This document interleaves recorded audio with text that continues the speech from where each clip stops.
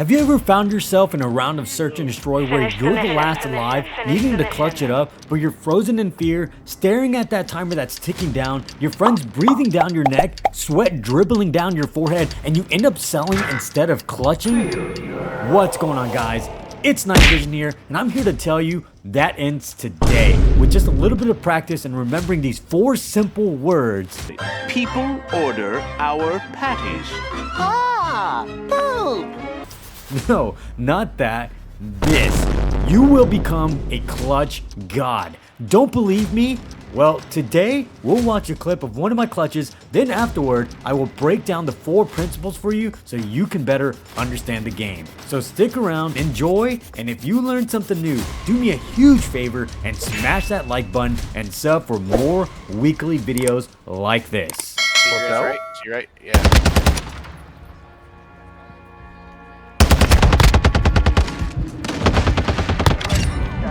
What? I don't know. I'm glad the hacks. That's right. Final minute. Oh God!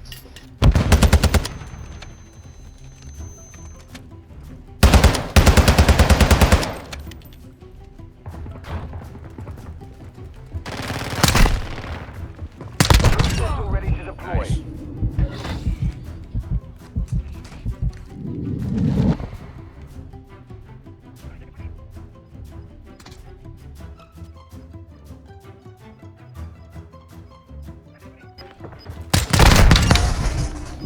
He killed me with.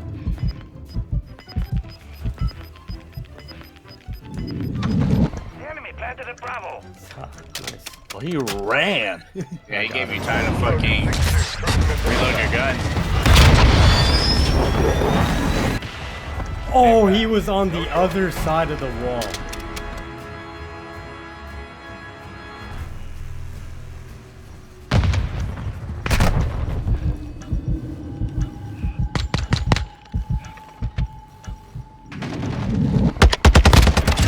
There you go, 5.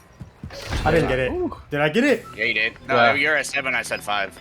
Oh my just- god. got it, Let's go! God Better. damn! Now that we've seen the clip, let's review some critical parts and I'll break down the method to the madness. On the first guy I shoot, you may be wondering why I didn't just go ahead and finish him off. Well, sometimes it's not about killing the enemy right away. One of the strategies that I employ when engaging an enemy is called baiting. Essentially, I shoot at the enemy, and if I kill him, then great. But if I don't, then I bait him into thinking that I'm no longer interested in him. This does 3 things. 1, it allows me to turn my attention to other possible enemies or threats, while at the same time changing my position to mitigate my exposure to other lines of fire. The other thing, well, I'll talk about that in a minute and you'll see why.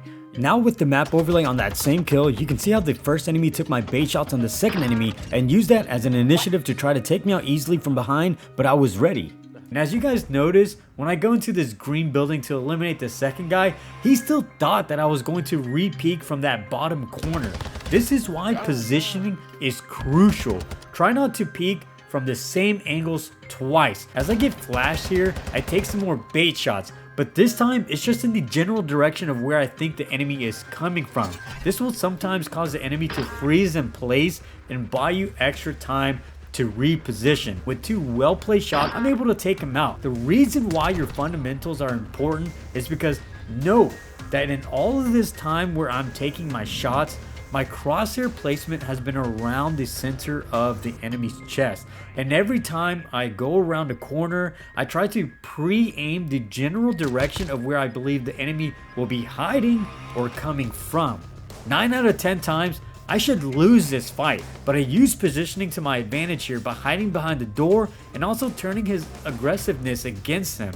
This caught him off guard, which resulted in that funny hot mic. He killed me with. Now I've made things easier by turning this into a 1v1, and I'm paying attention to the timer as well. There's no need for me to run out in the open and get shot out at the last second if the enemy might not even plant. But as soon as he does plant the bomb, my strategy changes and now I have to adapt. Switching gears from defending to attacking can be scary, but if you remember these principles, things will be a lot easier. I call in my cruise missile, and although it misses, it still gave me a general idea of where this guy was. This is why I run across the open without really scanning or assessing.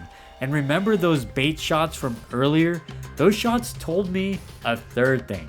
I shot at this guy twice, and both times he never shot back, nor was he ever active in chasing me.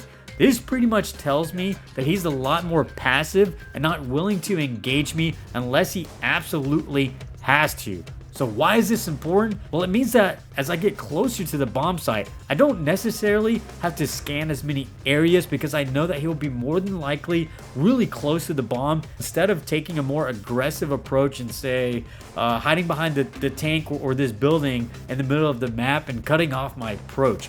This is crucial because the timer is actively going, and the more areas I can cut down in checking, the faster I can eliminate him and ultimately defuse the bomb for the clutch. So remember guys, FAPS more and suck less. And if you enjoyed this video and learned something new, let me know down below. And don't forget to subscribe to the channel for more content like this. Until next time, this is Night Vision going dark.